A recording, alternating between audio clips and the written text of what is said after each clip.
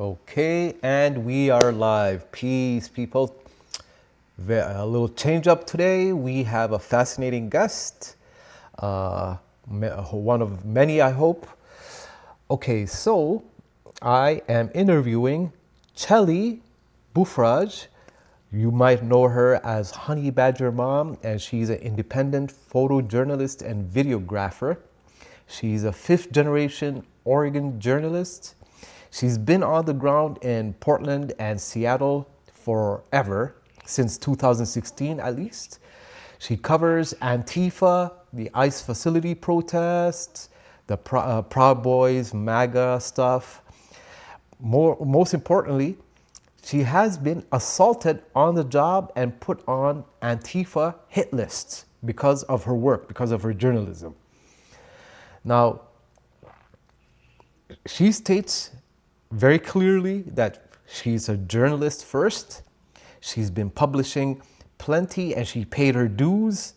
And she's been pushing back recently because she doesn't want to be labeled with these personality and streamer phenomena. And many of you who are following us have been following us because we've been covering the ICE facility protests, particularly when Tommy is out. And I'm sure many of my new followers are already aware, and maybe even before me, aware of Honeybadgermom. Okay, so before I bring her up, she's waiting. Let me show you this article I found, and this was written by a colleague of hers who was on the ground with her, named Katie Daviscourt. Katie Daviscourt. So this is on CanadaFreePress.com.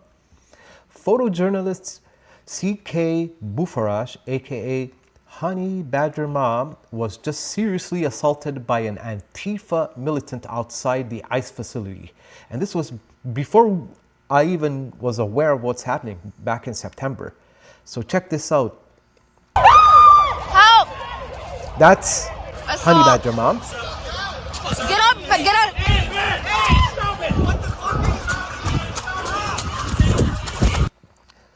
So did you see that? That was spray. And it's not a joke when you're down there. You actually, and I've witnessed physical altercations, threats, all sorts of horrible things. And if you are somebody who's doing a job there, who's a regular who's there, I suggest you be very careful. Now,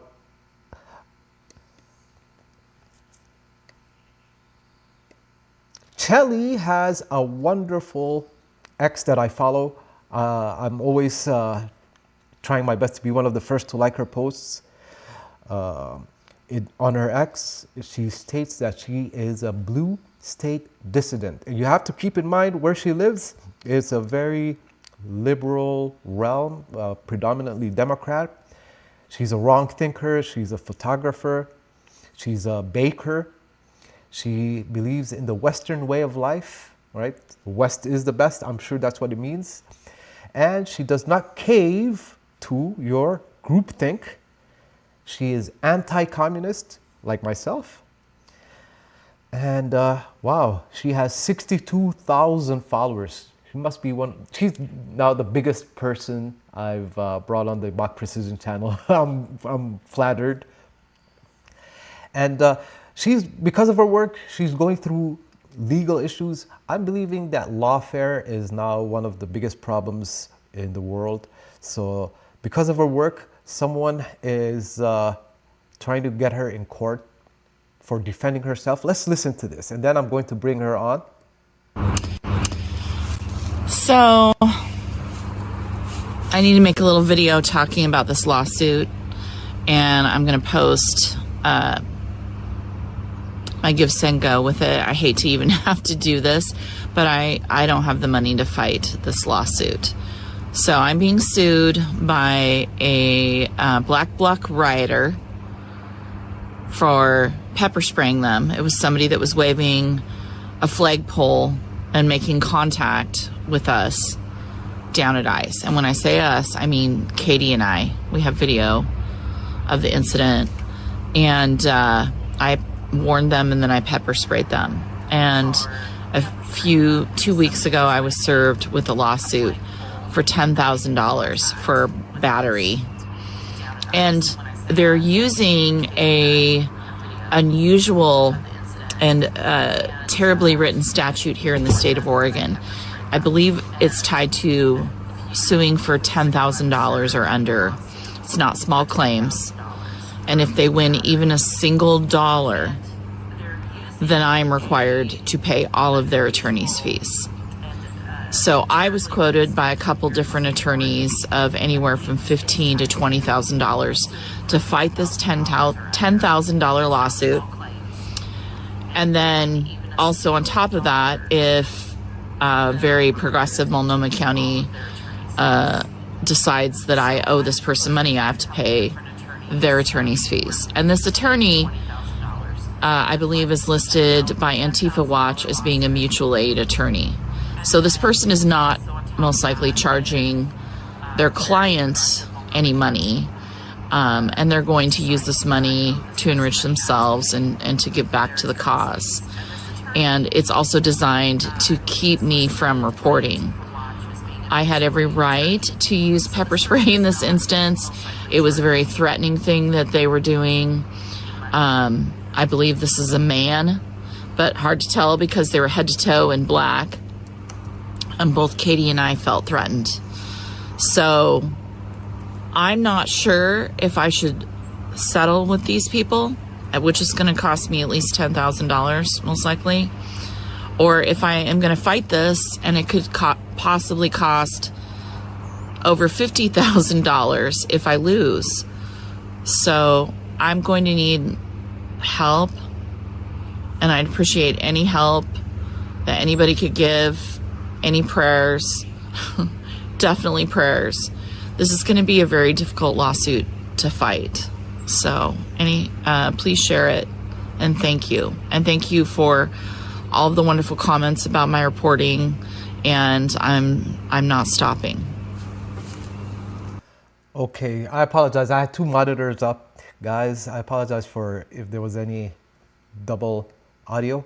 Okay, so that was Katie speaking on this lawfare conducted on her by spiteful Antifa types. Go check out and follow her on X. And without further ado, we have in the back,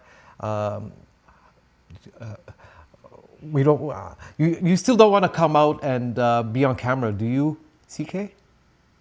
No, I can. I had time to fix my hair. Oh yeah, okay.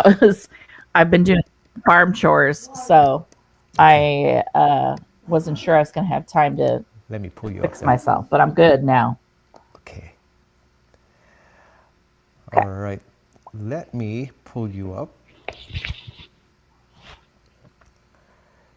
Ladies and gentlemen, we have CK. The proper way to pronounce her name is Chelly with a ch, not Shelly, like I was saying earlier. So Chelly. Correct. Chelly. Correct. Okay. So Chelly, That's it. let me ask you, for people who only know you as Honeybadgermom from viral protest clips, who is Chelly Bouferrache before anything? Number one, I'm a mom, so that's the most important thing in my life to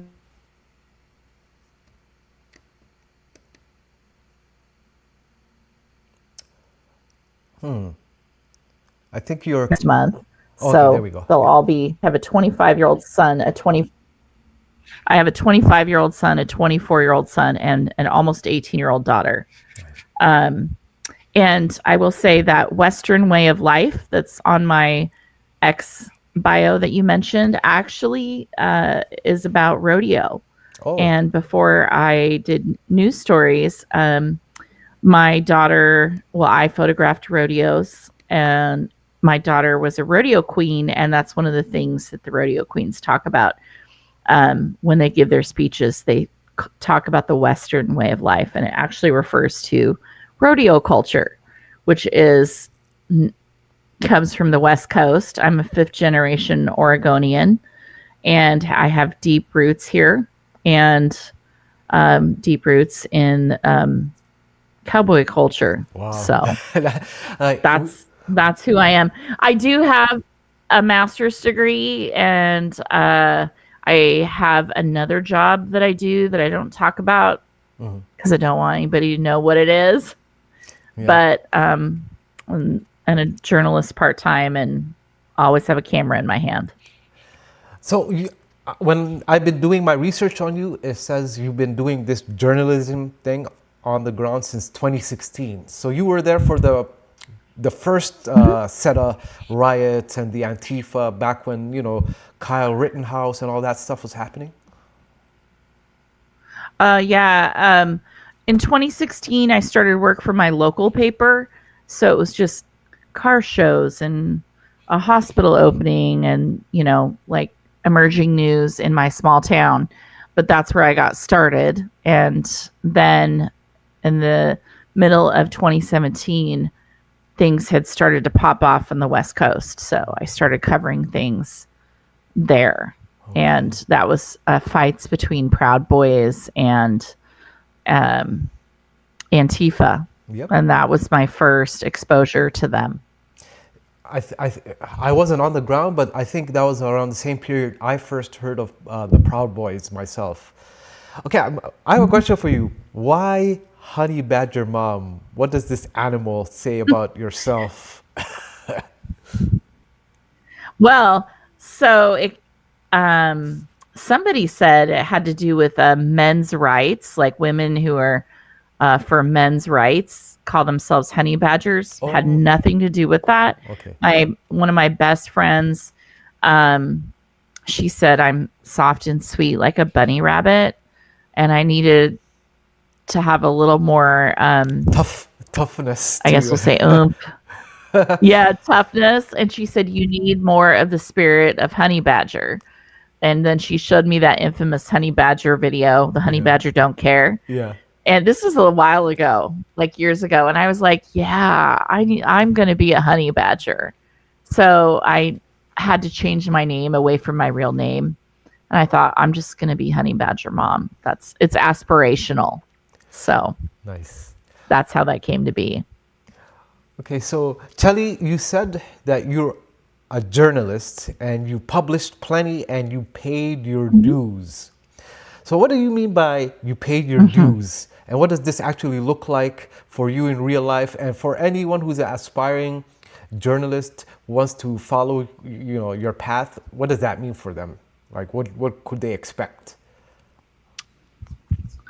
Okay, well, I'll start with what that meant for me when I'm saying it. Okay. And remember, I'm probably older than most people doing this, so I have a different perspective on journalism, and I grew up in the era of papers and no internet. I was an early adopter of the internet, but people still weren't really using it like that. And so for paying my dues, it meant I took a job at a tiny small town newspaper and did whatever they sent me out to do for not very much money.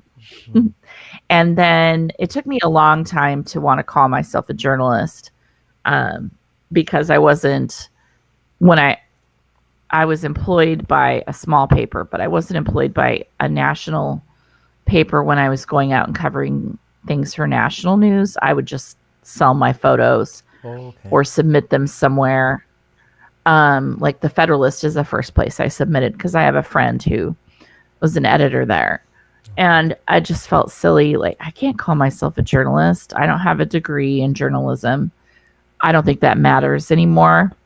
So by paying my dues, I just meant like I hit the ground and I worked hard and I did stories that I maybe didn't care about at all. And I tried to learn the old school way of being a journalist. Understood. I totally get you. This is a very good segue because now we're going to contrast what you just described, classic journalism, with streamers and people who are now out in like places like the Portland Ice Facility, right? You're very explicit that you're not a clout chasing streamer, you're a journalist. What's the real difference in how you work day to day versus, let's say, someone like Tommy, who I've been covering, and who's kind of blown up around these protests and gone viral? What's the difference in your mind? Well, we'll go back in time just a few months, back to June. Okay. Katie and I, we'd been up in Seattle covering what had happened in Tukwila at the DHS building there. It was a one-day thing. It was violent. I was like, wow, I think it's going to pop off in Seattle. And she thought so as well. And then it went dead. And we ended up in Portland. And I said, I think it's now in Portland, and it's going to be an Occupy-style protest. So we both determined to be safe. We needed to go in block. So we covered our faces and dressed up just like they did. And we did that for about a month, I think, so that we could report up. We did it up to the point where there wasn't enough people there for us to not stand out. And they started looking for us because we were actually publishing footage from those evenings. So they knew that we had to be there somewhere. So when I talk about being an old school journalist, that's what I'm talking about. Okay. We actually put ourselves undercover. And then when we couldn't do that anymore, we went in as ourselves and we tried to interview people. And I say we because we rarely went on our own because it was not safe. And we tried to interview people and just document everything that was happening, get as much information as we could so we could talk about what was happening. And we try not to be the story, which can be very hard when they don't like you and they want you to leave and they physically attack you. But that right there is, and I don't know if I'm seeing too soon because maybe you had more to that question, but that right there is one of the biggest differences between the work that I've done and for sure Katie has done down there and somebody who comes in as a streamer. Streaming seems to be very personality driven and very in the moment. And I see streamers that are, I'm sure you can do it as a journalist. But it's a lot harder to do. Even I actually started streaming on a lark. It was after Charlie Kirk had been assassinated and Katie and I went out and the whole environment felt very menacing, even more than it had been. And I said, I'm going to live stream just in case something happens. That way somebody will see it.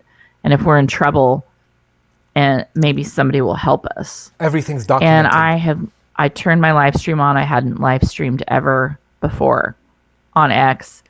And I was on a live stream just under 2 minutes when a man walked up and tried to steal my phone. Grabbed my phone, tried to get it away from me. And when I finally ripped out of his grip, he coated me in bear spray. And I was like, oh gosh. And people saw it happen. So I noticed after we returned out of the ER that people were messaging me. I was like, oh, I guess this live streaming actually has some good benefits. You get to document crimes committed against you. Yeah. As it happens. As it happens, yeah. And so I don't remember how much longer I waited before we went back out again. I think it was maybe 3 or 4 days. Okay. And I thought,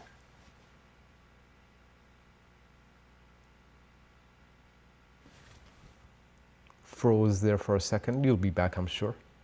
Really, that was a pivotal moment. That I believe that live streaming changed what happened down at ICE because some big YouTubers picked it up and it went massively viral. And I had no idea. I didn't even know what it meant. This must have been like early September because Charlie Kirk was assassinated, September 10th? So that week, right? Mid-September or something like that. I don't. Yeah, and we didn't go out for at least a week after that happened. So I think it was the I don't know why I'm thinking September 25th, but and I could go back to my footage and probably tell you, but it happened at the end of September.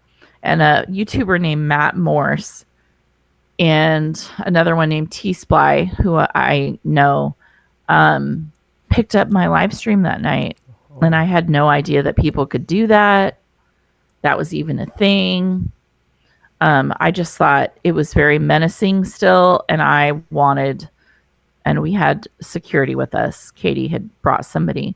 I just wanted people to see what was happening. And I'll tell you that men started to show up that night in the middle of me live streaming because they were concerned. After hearing about you getting attacked physically and after seeing us being menaced on my live stream that night, okay. They literally stopped what they were doing and showed up. I don't know if you remember, I call him Mr. Mega Man. And he's this black guy named Frank who showed up in his Trump gear with a flag. No, I never heard of him. Oh my gosh. It went viral. It was on Fox News too. He just showed up because he saw them being very aggressive towards us on my live stream. And for the next 2 weeks, I would have men come up to me and ask, "Are you Honeybadgermom? I saw your live stream. I had to come down here. It was terrible what was happening to you." That was shocking. Okay, perfect segue into my next question. Law enforcement. Law enforcement, how did they treat you? I have, I think, a good relationship with law enforcement, minus the fact that they were not policing the area for much of the time that I was down there.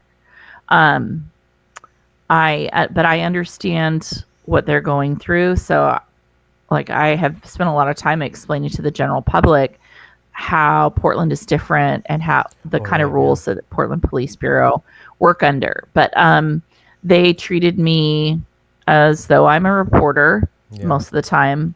When we had to call 911, that wasn't always great. But often they wouldn't even come to the area. And I will say that the federal law enforcement, for the most part, was also really wonderful to us, to the point that we actually got asked to cover what was happening from the building. So we got to embed one night and report from the top of the ice building, which was kind of nice. So I have a pretty good relationship with them, minus a few officers that probably aren't nice to anybody. So yeah, there's always the bitter types in every. There's always a few. In every workplace. Okay, so I'm going to ask you a few ethics and mom type questions.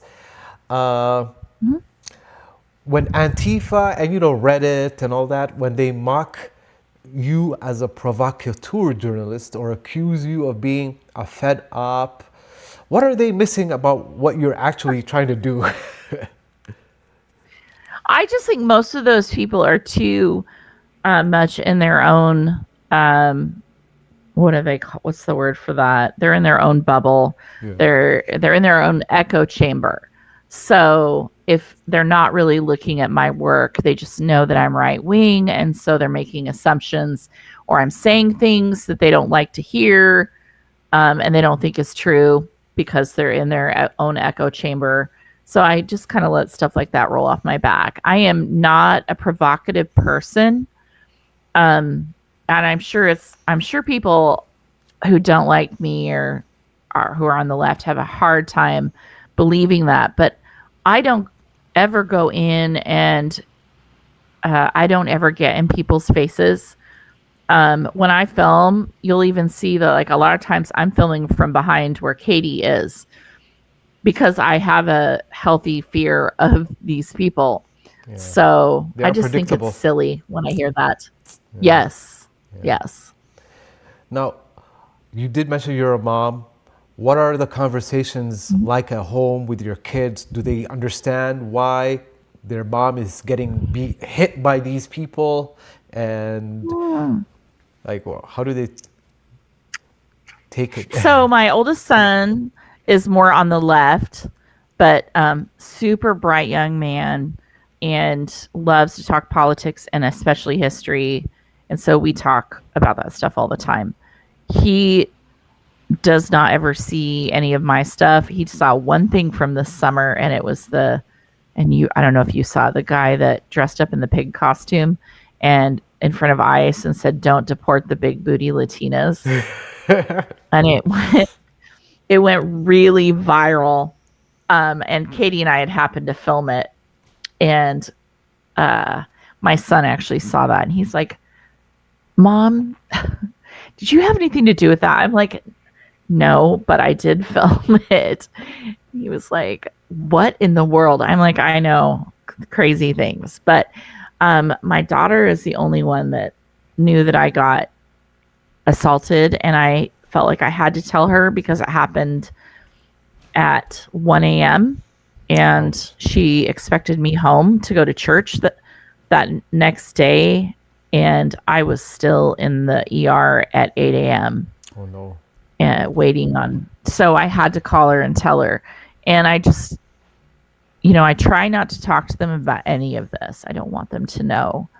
I want them to have like a normal life and to not be worried about me. So I just keep it very low key as much as possible. If I hadn't had to stay in the hospital late, I wouldn't have told her at all. Oh. So, yeah. Okay, Chelly, this is my final question for you. If there was one myth about Antifa, the Proud Boys, MAGA, that both sides get completely wrong because they only see the viral clips and, reposts, what would it, what's that one myth? Oh, about each group? Yeah, because you've actually, you've been on the ground and you know people from, I know people from different eras and from the different sides. Antifa, a lot of people think the people on the ground are not grassroots, that they're getting paid by George Soros and company. They're not.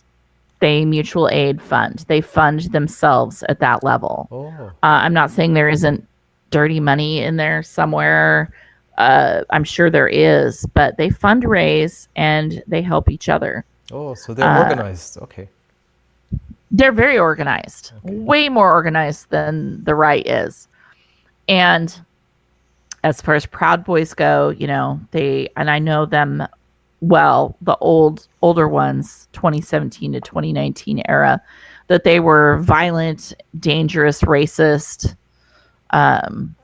Nazis. And none of the above. Yeah. None of the men that I knew were like that. They were very, and they were like supposedly anti-homosexual. I didn't see that either. They're more libertarian men. A lot of them were veterans and missed that brotherhood, and so joined this so they could be in a group that was for men. And that's one of the reasons why I liked them, because I think that was something that was missing in our society, is that men don't have men's spaces anymore. And so I wasn't privy to some of that because I wanted them to have that space, but I never saw any of that terrible behavior from them that was written about. And then the MAGA crowd is very diverse. Yep.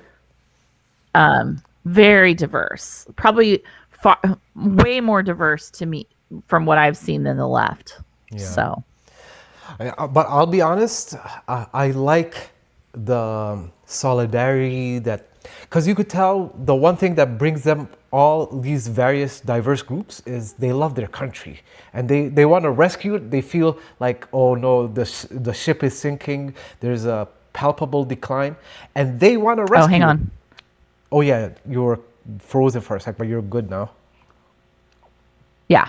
Say that again. Yeah, so the MAGA crowd, I feel like they share this one belief that they want to rescue their country, they want to rescue America. They feel like it's in trouble, and if you love something and you want, like, one way that's proof that you love it is an attempt to rescue it, right? So Yes. based on just that alone, like, history, I think, will chronicle the MAGA people more positively, even if it looks like, oh, they're getting so much negative coverage by mainstream now. I think 50 years from now, whatever, like, however long the macro, whatever it is, the Overton window, people say these were diverse, they had different styles, different groups of people inside, but the one thing they share is they love something that they're worried may no longer exist. And, you know, the Antifa, the left people can't say that. Open borders, if you're opening your house to strangers, that just means you don't respect your house, in my opinion. Yeah. Yeah. They want the America of the past. And I don't mean like really old, but like the prosperous America where Winning America. it's possible for dad to work a job and maybe the mom stays home and they buy a house and have a car or two, and their kids grow up with all the things that they need, and the community is safe and there are opportunities, and they don't have to worry about terrible gun violence in schools, which I don't think comes from the guns, of course. You know, like, it's a yearning for something that doesn't seem to exist anymore. Yeah. So. Well, Chelly, I'm done asking my questions. You've been wonderful. Thank you for your patience. I know I've also kept you a little longer than it's with fine. the invite. So thank you.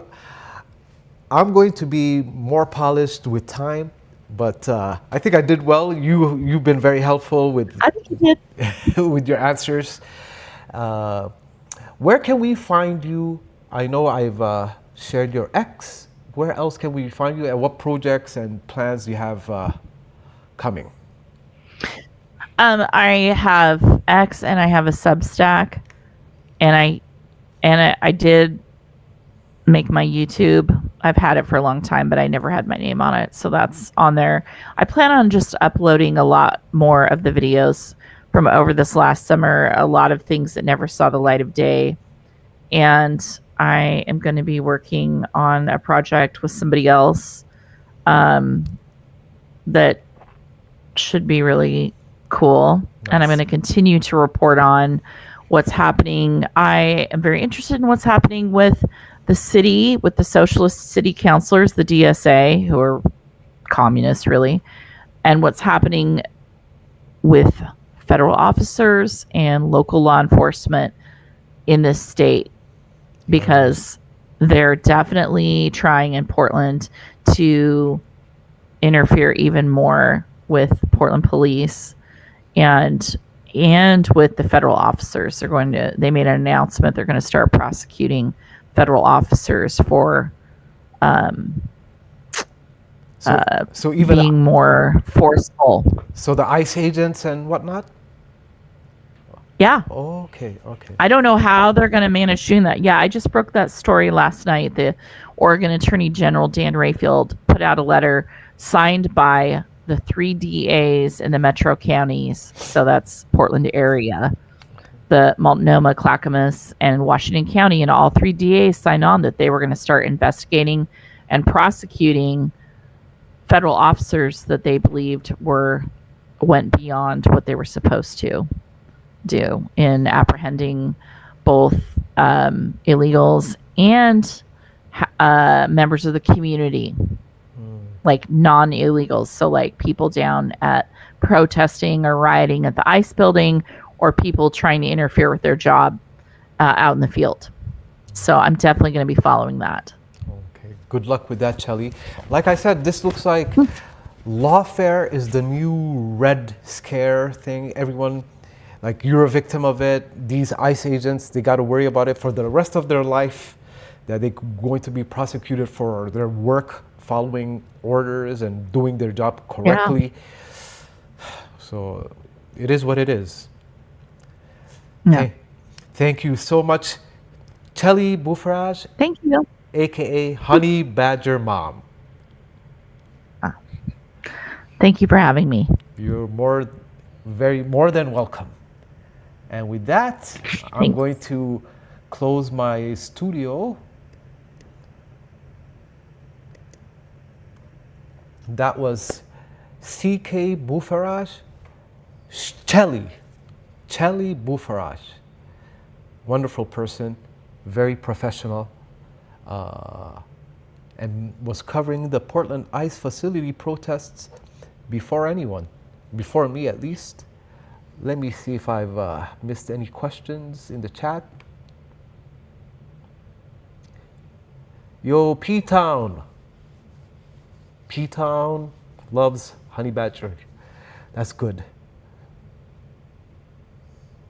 By the way, guys, I have put out a request for an interview with William as well. I'm sure you're familiar with who William P-Town Patriot is. P-Town, I don't know, maybe it's because it takes a day or so to process unblocking, but I still can't watch your lives on X, even though you unblock me and we follow each other. So when I go on my alt account, I can watch your broadcasts, but I can't see your broadcasts from my main Bach Precision account. I don't know, I'll give it some time, but it's very concerning. I definitely want to interview you and ask you a few questions. Did I send you my prepared question? No, I'm going to send you the prepared questions. You could imagine what line of questions I have, like, are you an Antifa plant? Basically, you have the floor to defend yourself and state why the heel turn. Why are you now the biggest villain in the Patriot or former, Patriot circles?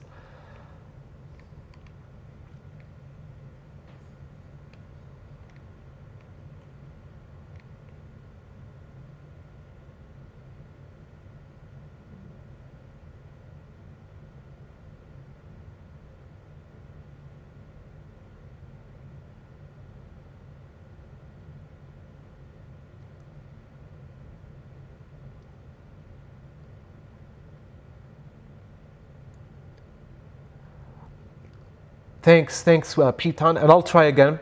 I'll unfollow and then follow you back.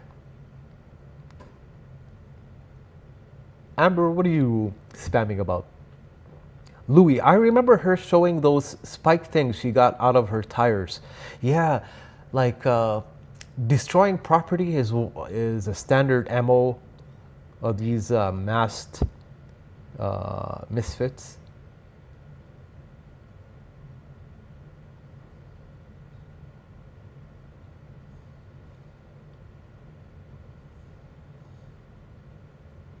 And guys, I apologize for being nervous. I don't know. I should be more a smooth operator, but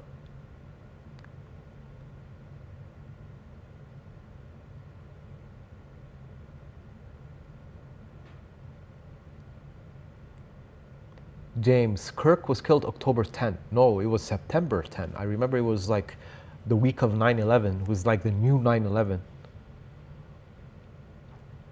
Yeah, I removed the chat from the screen, guys. So everyone go follow CK Bouferrache, aka Honeybadgermom, on X. You will see her tweets. You will see the circle of journalists and people she associates with. I think I've covered everything I wanted to tonight. Thank you so much. I might go back live, see if William has a rant or two broadcasting. Hopefully, Tommy goes live soon. But now that Tommy's working, he posted a short video of him doing sanding on kitchen cabinets. Man, the grind, you know, with the job, and then a grind confronting Antifa at the ICE facility. I don't know if a human can do both all the time, 5 days a week. So fingers crossed, guys. We know we want to see Tommy out on the streets. If you guys want to see Tommy out, maybe donate to him so that he has funds and he can fund himself confronting people, because you don't do that for free. All right, guys, I am done. Thank you for tuning in. Peace. Assalamu alaikum wa rahmatullahi